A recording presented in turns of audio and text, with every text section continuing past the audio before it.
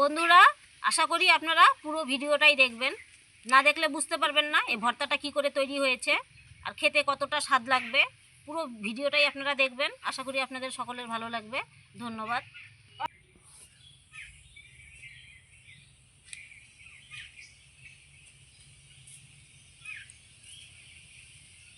নমস্কার বন্ধুরা, এই দেখুন শোল মাছ আর শাটি মাছ দুটোই মিক্সড করা আছে। এর মধ্যে এখন লবণ দিয়ে হালকা ভেজে নিয়ে আমি আজকে বানিয়ে নেব শোল মাছের ভর্তা। দেখুন, তার জন্য আমি সবার প্রথমে লবণ দিয়ে দিলাম, তারপরে দিয়ে দিচ্ছি একটু হলুদ গুঁড়ো। এখন আমি কড়াইটা বসিয়ে দেব।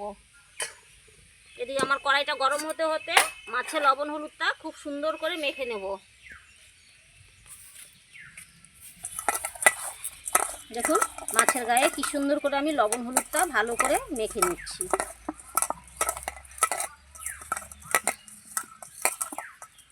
লবণ হলুদ দিয়ে খুব সুন্দর করে মাখা হয়ে গেছে। এইবার আমি কড়াইয়ে সরষের তেল দিয়ে দেবো। কড়াইয়ে সরষের তেল দিয়ে দিচ্ছি। কড়াইটা খুব সুন্দর গরম হয়ে গেছে। মাছটা ভেজে নেব। যে মাছের ভর্তা করব সেই মাছটা আমি এখন ভেজে নেব। এই দেখুন বন্ধুরা, আমার তেল খুব সুন্দর গরম হয়ে গেছে। এইবার আমি মাছগুলো ছেড়ে দেবো।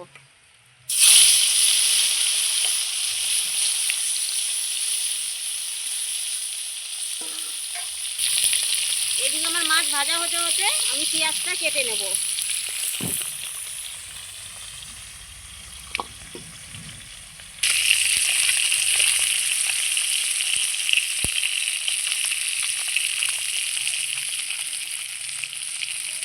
এই যে বন্ধুরা, দেখুন আমার মাছের ভর্তা করবো, যে মাছটা আমার ভাজা হয়ে গেছে। এর বেশি আর কড়া করবো না, তাহলে ভর্তাটা খেতে ভালো লাগবে না।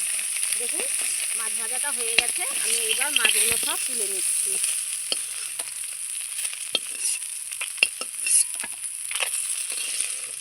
এই যে বন্ধুরা, মাছের ভর্তার জন্য আমি মাছটা ভেজে নিয়েছি।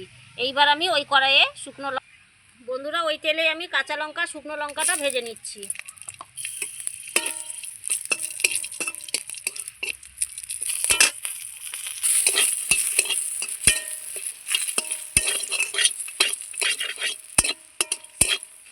দেখুন শুকনো লঙ্কাটা কত সুন্দর লাল লাল করে ভেজে নিয়েছি। কাঁচা লঙ্কাটাও কত সুন্দর ভাজা হয়ে গেছে আমার। এইবার আমি নামিয়ে নেব।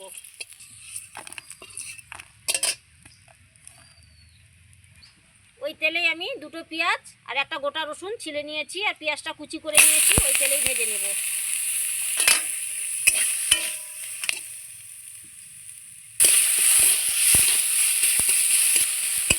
এই বন্ধুরা, পেঁয়াজ আর রসুনটা আমি খুব কড়া করে ভাজবো না, হালকা সোনালি কালার পর্যন্ত ভেজে নেব।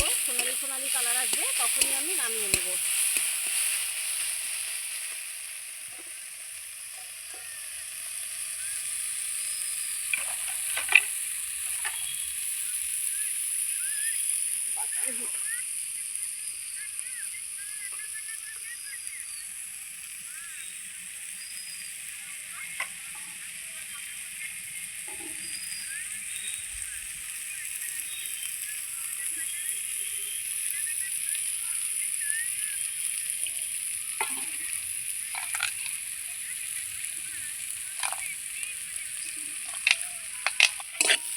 রসুন পেঁয়াজ খুব সুন্দর করে আমি ভেজে নিয়েছি, সোনালি কালার। দেখুন এর বেশি আর ভাজবো না, তাহলে কি হবে, মাছের ভর্তাটা ভালো লাগবে না।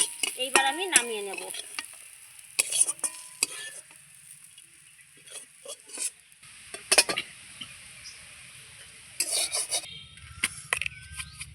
মাছের ভর্তা বানানোর জন্য সবার প্রথমে লবণ দিয়ে দিচ্ছি আমি। লবণ দিয়ে শুকনো লঙ্কা কাঁচা লঙ্কা দুটোই আমি সুন্দর করে মেখে নেব।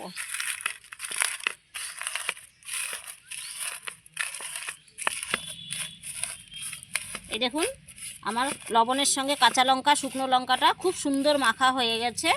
এইবার আমি পেঁয়াজ আর রসুনটা মেখে নেব। দেখুন আমি রসুনগুলো কত সুন্দর সেদ্ধ হয়ে গেছে, তবু রসুনটা আমি আলাদা বেছে নিচ্ছি। রসুনটাও একটু টেপে নেব। কি হবে, রসুনের একটা যে গন্ধ, কি সুন্দর গন্ধটা বেরিয়ে যাবে। খেতেও খুব ভালো লাগবে, খুব ভালো লাগে, ভীষণ ভালো লাগে রসুন ভাজা। এই যে রসুনটা আমি টিপে নিচ্ছি সবার প্রথমে। দেখুন রসুনটাও কত সুন্দর সিদ্ধ হয়ে গেছে পেঁয়াজের সঙ্গে। রসুন লঙ্কা একসঙ্গে আমি টিপে নিচ্ছি। এইবার আমি পেঁয়াজটাও একসঙ্গে মেখে নেব।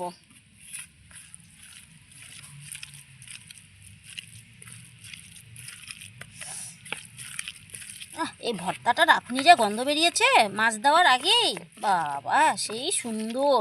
আজকে যা ভর্তাটা হবে না, এই ভর্তা দিয়ে এক থালা ভাত খেয়ে নেব। বন্ধুরা, এইবার আমি আস্তে আস্তে করে মাছের কাঁটাগুলো সুন্দর করে ছাড়িয়ে নেব।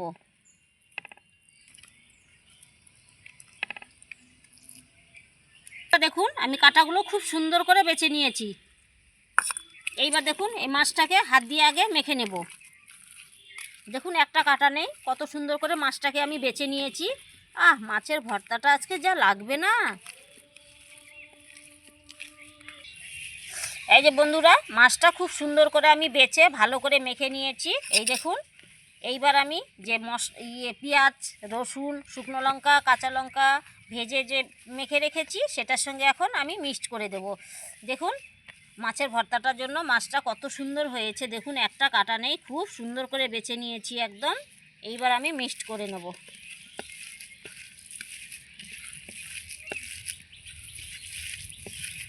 খুব সুন্দর করে আমার মাছের ভর্তা হয়ে গেছে। এইবার আমি উপর থেকে একটু সরষের তেল দিয়ে দেব। এই যে বন্ধুরা দেখুন, উপর থেকে আমি কাঁচা সরষের তেল দিয়ে দিচ্ছি খুব সুন্দর করে।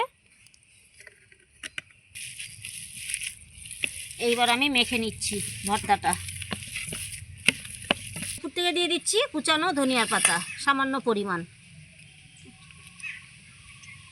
এই দেখুন উপর থেকে আমি আবারও সরষের তেল দিয়ে দিচ্ছি, কাঁচা সরষের তেল সুন্দর করে।